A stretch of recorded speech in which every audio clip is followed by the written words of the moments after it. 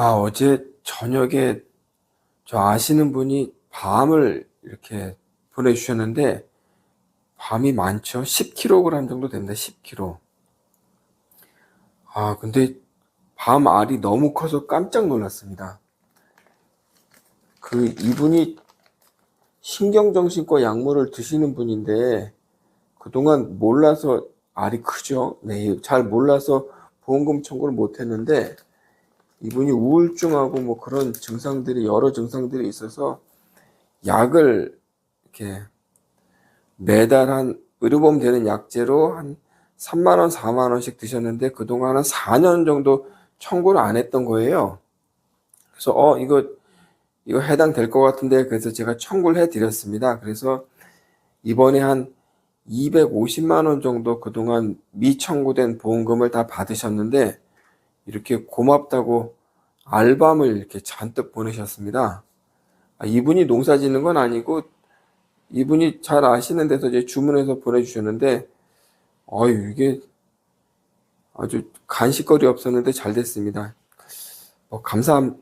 감사히 잘 먹겠습니다. 안녕하십니까. 21년차 보험 설계사 김승범입니다. 제가 오늘은 오랜만에 사무실에서 좀 촬영을 좀 해보도록 하겠습니다. 왜 그러냐면 자료를 좀 보고 설명드릴 게 좀 많아서요. 그래서 아침부터 제가 지금 오늘이 10월 25일, 지금 현재 아침 8시 30분인데 일찍 일어나서 좀 자료를 좀 보고 약관도 보고 해서 좀 이걸 다 외울 수는 없는 부분이기 때문에 좀 자료를 보고 설명드리려고 좀 사무실에서 촬영을 하게 되었습니다.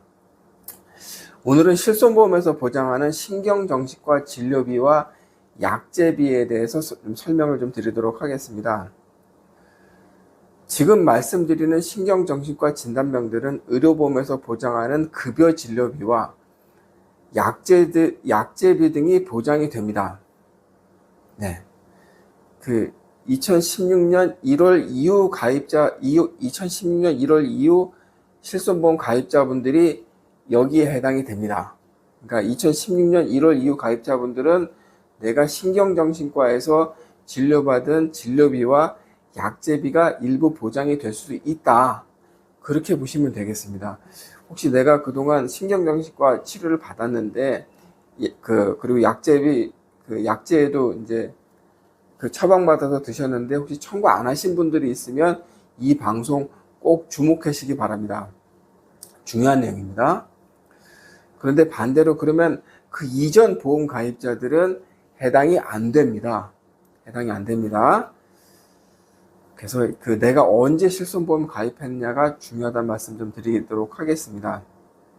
그리고 2016년 1월 이후나 그 전이나 신경정신과에 대해서는 비급여 진료비와 약제비는 해당이 안 된다라는 점, 꼭 의료보험되는 급여 진료비와 약제비만 해당된다는 점 기억하시고요.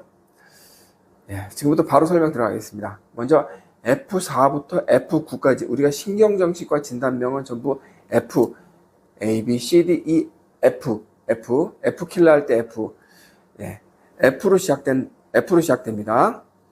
그래서 F4부터 F9까지는 보장이 됩니다. 그런데 F10부터 F19는 보장하지 않습니다. 여기에 해당되는 그 진단명이 알코올 중독, 그 다음에 마약, 카페인, 담배, 본드 어떻게 불죠? 이렇게. 본드, 이런 중독성 질환을 표시하면 이 중독성 진단명들은 실손보험에서 보장하지 않습니다. 그리고 F20부터 29까지 보장됩니다. 20부터 29까지 보장됩니다. 여기에 해당하는 진단명들은 대부분 정신분열증입니다. 정신분열증. 이런 진단명 갖고 계신 분들 요즘 좀 많죠. 그리고 F30부터 39까지 보장이 됩니다. 30부터 39. 여기에 해당하는 주요 진단명들은 우울증, 조증, 이런 진단명들이 포함됩니다. 아마 대부분의 신경정신과 약물 복용하는 분들이 이 구간 30부터 39까지 해당되지 않나 싶습니다. 네. 이 진단명 갖고 계신 분들 상당히 많습니다. 네. 그래서 이 진단명 갖고 계신 분들 중에서 의료보험이 되는 진료비와 약제비는 청구 가능하다는 말씀 드립니다. 그리고 F40부터 48까지 또 보장이 됩니다. 여기에 해당하는 진단이 불안장애, 해리장애, 공포장애 이런 진단명들이 포함됩니다. 여기에 해당하는 분들도 많죠. 제가 저한테 밤 주신 분도 여기에 해당되는 부분이었습니다. 그 다음에 우울증도 물론 해당이 됐었고요. 그분은 그 신경정신과 질병 코드명이 아주 골고루 분포되어 있어가지고 잘 몰랐는데 그분 얘기 듣고 진짜 신경정신과 약물을 안 드시면 큰일 나겠다. 워낙 이제 좀 심리적으로 큰 고통을 겪으셨던 분이기 때문에 그럴 수 있다고 생각이 좀 됩니다. 하여튼 여기 F40부터 48까지도 해당이 되신다면 청구하실 수 있습니다. 그리고 F90부터 98까지 보장됩니다. 90부터 98. 이거는 좀 연관성이 떨어져서 제가 하나하나씩 불러드리겠습니다. 90은 과운동성 장애. 저는 이런 증상을 가지신 분 본 적이 없습니다. 91은 행동장애. 92는 행동 및 정서에 혼합된 장애. 이것도 저도 본 적이 없습니다. 93은 소화기에만 해당되는 정서장애. 94는 소화기 및 청년기에만 발병하는 사회적 기능 수행 장애. 95 틱장애. 틱장애는 많이 봤죠. 네. 틱장애. 98 소화기 및 청년기의 호발, 기타 행동 정서장애가 들어갑니다. 90부터 98까지는 보장이 됩니다. 틱장애 보장이 됩니다. 틱장애. 네. 그런데 여기 보시다시피 그러면 신경정신과 장애는 F0부터 시작해서 F99까지 있는데 이 나머지 빈 건 뭐냐? 그러면 신경정신과에서 보장하지 않는 거 좀 간단히 좀 설명드리도록 하겠습니다. F50부터 89까지는 전혀 보장하지 않습니다. 굉장히 진단명이 많죠. 여기에 해당하는 주요 그 신경정신과 진단명이 섭식장애 이런 거 안 됩니다. 수면장애 제가 조금 이따 더 자세히 설명드리도록 하겠습니다. 성도착증 그런 건 잘 안 되겠죠. 네.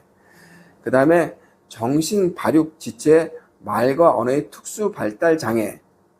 요것도 제가 조금 이따 다시 추가로 설명드리도록 하겠습니다. 학습 능력 발달 장애. 이것도 마찬가지입니다. 그 다음에 운동 기능의 특수 발달 장애 등 그러니까 급여든 비급여든 특히 이제 의료보험 되는 진료를 받았다 하더라도 이거는 광범위하게 보장하지 않습니다. 그러면 조금 이제 더 설명드릴게. 그래도 수면장애, 불면증이 그리고 언어장애 이게 안 된다고요? 나는 그 치료비, 그 실비보험 청구해서 받았는데, 난 약제비 청구해서 받았는데, 이러신 분도 있을 수 있지 않습니까? 네. 그리고 얼마 전 PD수업에서도 다뤄진 내용인데, 그렇습니다. 네. 근데 중요한 거는 신경정신과적 진단명인 F코드가 있고, 그 다음에 G코드가 있습니다. G코드. G코드. 여기서 그 수면장애가 F코드가 있는 방면에 그 수면장애가 G47 코드가 있습니다. G47. 네. G코드로 진단명을 받고 수면장애 치료를 받고 약물을 받는 거는 실손보험에서 보장이 됩니다. 네. G코드라면 의료보험이 되는 급여든 의료보험이 안 되는 비급여든 실손보험으로 다 지급이 됩니다. 네. 그럼 실손보험이 있는 분들은 내가 심각한 수면장애가 있더라도 신경정신과 의사를 만나는 게 아니라 G코드를 부여해 줄 수 있는 진료 과목의 의사를 만나면 실손보험에서 1,000만 원이든 2,000만 원이든 보장 받겠네요. 그럴 수 있죠. 네. 이런 부분에서 보험사와 개인 간의 분쟁이 일어날 수도 있습니다. 아무튼 수면 장애에 대해 두 가지 진단명이 있습니다. 이렇게 보시면 되겠습니다. 그리고 이런 말씀하면 좀 그렇습니다만 의사가 협조만 잘해주면 실손보험 청구해도 되는 진단명을 받을 수도 있겠죠. 네. 그리고 또 한 가지 아까 한 가지 더 설명드릴게. F80은 보장하지 않습니다.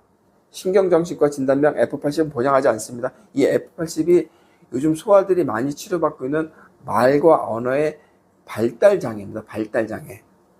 이런 요즘 아이들 좀 있죠. 생각보다 많습니다. F80은 근데 보장하지 않습니다. 실손보험에서. 그런데 이와 유사한 진단명이 또 하나 있습니다. R62. R 코드는 소위 상세불명의 코드라고 해서 소아과 정형외과 등에서 광범위하게 진단서를 발행해 줍니다. 그런데 R 코드는 실손보험에서 급여든 비급여든 보장을 다 해줍니다. 그래서 이 부분을 갖고 얼마 전 PD수첩에서 발달장애 어린이인데 보험사에서 실손보험금을 안 주자 문제를 제기했던 부분이기도 합니다. 네. 현대해상이 부도덕한 회사다 이렇게 해서 말들이 많았지 않습니까? 그리고 현대해상은 어린이 보험에 있어서 시장 점유율 1위 회사입니다. 그래서 이 실손보험 가입자가 어마어마하게 많은데 또 이와 또 비례해서 이 발달장애 어린이들도 굉장히 요즘 많이 늘어나는 것 같습니다. 어쨌든 그렇다는 겁니다. 근데 여러분 어떻습니까? 근데 보험사는 이렇게 반대로 좀 생각해 보면 좀 억울한 측면도 있지 않겠습니까? 네. 제 고객 예를 그때도 좀 들어드렸는데 제 고객의 예를 들어도 언어장애 어린이를 여기 대림동 근처 신대방동에 있는 정형외과에서 지금 치료를 받고 있습니다. 정형외과에서 발달장애, 그러니까 여기 언어장애 어린이를. 네. 그리고 그 어린이 치료를 통해서 지금까지 보험사에서 지급된 보험금이 한 2천만 원 정도 됩니다. 2천만 원. 그 통원 치료 횟수도 거의 300회 정도 됩니다. 300회. 네. 보험사가 좀 억울할 수도 있죠. 진단명을 왜 정형외과에서 발달장애 어린이 치료하냐? 그건 저도 잘 모르겠습니다. 정형외과 의사는 뼈를 다친 환자도 치료하고 발달장애 어린이도 잘 치료한다고 합니다. 네. 그렇게 해도 되는 건지 저도 잘 모르겠습니다. 그게 맞는지도 모르겠습니다. 방송을 통해 비춰진 내용을 보면 보험사는 다 양아치라고 생각되시겠지만 가끔은 양면을 봐야 하는 경우도 좀 있을 수 있습니다. F80이나 R60이나 저는 증상은 같을 거라고 생각합니다. 근데 정형외과 의사가 언어장애를 잘 치료할 수 있을까요? 네. 저는 개인적으로 실손보험에서 보장 여부를 떠나 정상적인 치료가 우선이라고 말씀드리고 싶습니다만 의사들의 비급여 진료 때문에 진료비의 약제비가 부담스러운 측면도 있습니다. 이거 상당히 부담스럽습니다. 만약에 2천만 원 가까운 돈을 실손보험에서 보장이 안 돼서 부모 보고 내라 그러면 그게 부담이 안 되겠습니까? 큰 부담 되죠. 네. 그런데 오히려 이런 어린이 같은 경우는 좀 대학병원 신경정신과에서 치료를 받는 게 이게 갑자기 신경정신과에서 치료받는 게 맞지 않았나, 저 개인적으로 그렇게 생각하고 있습니다. 이게 뭡니까 지금 몇 년 동안 계속. 네, 아무튼 그렇습니다. 네, 오늘은 신경정신과 진단명 중 실손보험에서 보장하는 코드에 대해서 알아봤습니다. 혹시 내가 우울증을 앓고 있는데 그간 약제비를 청구하지 않으신 분, 진료비를 청구하지 않으신 분들이 있다면 약국이나 병원에 가셔서 진료비, 약제비 내역서를 발부받으시고 그 지나간 것도 다 발행해 줍니다. 내가 3년 전 치료받았던 거 내역서 주라 그러면 다 줍니다. 10년, 20년 것도 다 줍니다. 네. 다 그 전산에 있어요. 네. 그래서 지나간 진료비, 진료비 내역서, 약제비 내역서를 재발부 받으시고 병원에서 진단서 발행하려면 2, 3만 원 받지 않습니까? 그러면 진단서까지 발행하실 필요는 없고, 우리가 뭐 입원 치료 받으신 거 아니면 통원 치료 받으신 거라면 그 병원에서 발행해준 처방전에 근데 진단명이 들어가 있어야 됩니다. 그냥 약제만 나와 있는 처방전 말고요, 진단명이 들어가 있는 처방전을 다시 받으신 뒤 보험사에 청구해 보시기 바랍니다. 3년 이내 영수증은 보험사가 반드시 지급해 줄 거고요. 3년이 좀 넘어서 한 3년 6개월 됐다. 근데 뭐 청구했는데 보험사가 안 주냐? 그렇진 않습니다. 내가 잘 몰랐다라고 사정 얘기를 하시면 보험사에서 줍니다. 네.